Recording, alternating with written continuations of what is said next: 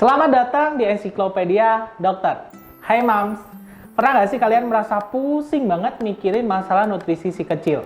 Contohnya nih, ketika si kecil kita mulai berikan susu sapi dengan harapan supaya nutrisinya tercukupi, ternyata tiba-tiba muncul gejala nggak cocok terhadap susu sapinya. Atau mungkin si kecil yang sudah mulai GTM, gerakan tutup mulut, susah banget kita ajak makan. Atau mungkin si kecil yang mulai picky eater, suka pilih-pilih makanan, maunya makan ini atau maunya makan itu aja. Tentunya ini jadi orang tua jadi pikiran banget, bikin rempong deh. Masalahnya kita pengen mencukupi kebutuhan nutrisi si kecil, tapi ada aja masalahnya. Untuk masalah nggak cocok terhadap susu sapi ini, Mams harus mulai kenali sejak dini. Kenapa kalau kita biarkan, bisa tentunya berdampak pada pertumbuhan dan perkembangannya ke depannya. Makanya Mams harus kenali dulu gejalanya. Yang pertama, kita harus kenali dulu gejalanya seperti apa. Contoh nih, misalnya si kecil tiba-tiba muncul ruam kemerahan pada kulitnya, atau mungkin bersin-bersin, pilek padahal dia nggak lagi flu, atau mungkin perubahan pada BAB-nya jadi lebih cair, atau mungkin sebaliknya jadi lebih sembelit, jadi lebih jarang BAB-nya, atau si kecil yang tiba-tiba mual muntah ketika habis minum susunya. Tentunya ini salah satu gejala nggak cocok terhadap susu sapinya. Nah, bisa dikonfirmasi lagi, bisa yakin banget semisal kalian habis ganti merek susunya. Biasanya pakai susu A, diganti susu B, langsung muncul gejala seperti itu. Itu sudah pasti banget gejala nggak cocok terhadap susu sapinya. Kalau ini dibiarkan terus-menerus, tentunya akan semakin buruk dampaknya. Salah satunya si kecil akan bermasalah pada pencernaannya. Ketika bermasalah pada pencernaannya, setiap susu yang kita berikan, nutrisi dari makanan mungkin, akan nggak bisa terserap dengan baik. Dampaknya apa? Ujung-ujungnya tumbuh kembang si kecil jadi nggak maksimal. Nah, lalu bagaimana caranya mencukupi nutrisi si kecil pada si anak yang nggak cocok terhadap susu sapinya?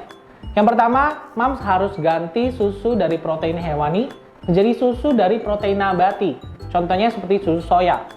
Ini sebenarnya sama baiknya, bukan berarti yang nabati ini lebih nggak bernutrisi ya. Sebenarnya nutrisinya sama baiknya dengan protein susu sapi. Cuman karena masalah si kecil ini yang nggak cocok terhadap protein sapinya, susu dengan kandungan protein sapi, maka sebaiknya diganti dengan susu soya.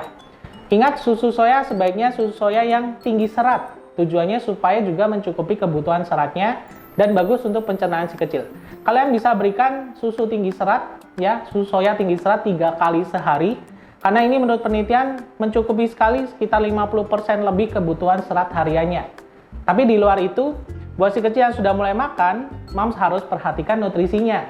Ya, pastikan dari makanannya itu mencukupi kebutuhan dari karbohidrat, lemak, protein, baik itu protein hewani atau protein nabati, vitamin, dan juga serat. Kadang serat ini disepelekan untuk sebagian orang tua, tapi ternyata kalau Mams mencukupi kebutuhan serat harian si kecil ini, ternyata bisa bagus untuk mencernaannya. Efeknya apa? Nutrisi bisa terserap dengan baik, dan tentunya tumbuh kembang si kecil jadi maksimal. Nah, kebutuhan serat harian si kecil ini ternyata harus disesuaikan Mams. Harus disesuaikan dengan usianya. Contohnya nih, untuk si kecil yang usianya 7-11 bulan. Kurang lebih kebutuhan seratnya sekitar 10 gram per hari. Kemudian untuk si kecil yang usianya sudah 1-3 tahun, ini kebutuhan seratnya juga akan bertambah sekitar 16 gram per hari. Kemudian buat si kecil yang sudah mulai usia 4-6, kebutuhan seratnya juga akan semakin bertambah, sekitar 22 gram per hari. Kemudian untuk si kecil yang usia 7-9 tahun, kebutuhan seratnya juga bertambah, sekitar 26 gram per hari. Dan kemudian untuk si kecil yang sudah mulai usia 10 tahun ke atas, tentunya kebutuhan seratnya juga akan semakin banyak, sekitar 30-35 gram per hari atau mungkin lebih. Nah, sumber serat ini sebenarnya kalian bisa dapatkan dari makanan-makanan sehari-hari. Contohnya seperti roti gandum atau mungkin kacang-kacangan, biji-bijian, atau mungkin dari sayur atau buah. Buah contohnya seperti buah apel ini atau buah pir ini. Ini tinggi sekali seratnya. Jika diberikan pada si kecil tentunya bagus sekali untuk masalah pencernaannya dan juga kebutuhan serat hariannya. Nah, agar si kecil terbiasa dengan makanan yang tinggi serat, tentunya ini harus diajarkan sedini mungkin. Mungkin Mams kadang-kadang berpikir, apakah kebutuhan harian serat si kecil ini tercukupi atau enggak? Solusinya adalah Mams bisa menerapkan yang namanya jam makan serat. Jam makan serat ini adalah kebiasaan memberikan makan serat 3 kali sehari di luar jam makannya, jadi sebagai cemilan. Contohnya nih, Mams bisa berikan mulai jam 10 pagi, jam 2 siang, kemudian jam 8 malam. Dimana pada waktu itu Mams bisa berikan misalnya cemilan-cemilan yang tinggi serat seperti buah contohnya. Dan tentunya minuman susu soya yang tinggi serat, minimal 3 kali sehari, karena tadi bisa mencukupi lebih dari 50% kebutuhan serat si kecil. Nah, satu lagi, supaya si kecil ini nggak bosen terhadap menu-menu makanan tinggi seratnya, Moms harus mulai belajar nih bagaimana memilih menu-menunya. Moms bisa lihat ide-ide inspirasi menu makanan tinggi serat si kecil dari BB Club.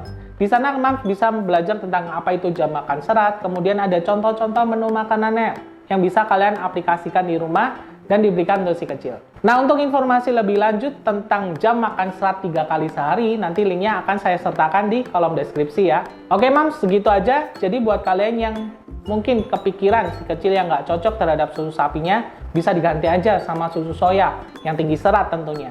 Dan kalian bisa mulai menerapkan makanan yang tinggi serat, jam makan serat 3 kali sehari, supaya si kecil kebutuhan seratnya tercukupi, pencernanya jadi sehat, nutrisi bisa terserap dengan baik, dan tumbuh kembangnya jadi maksimal. Semoga informasi kali ini bermanfaat. Sampai ketemu lagi.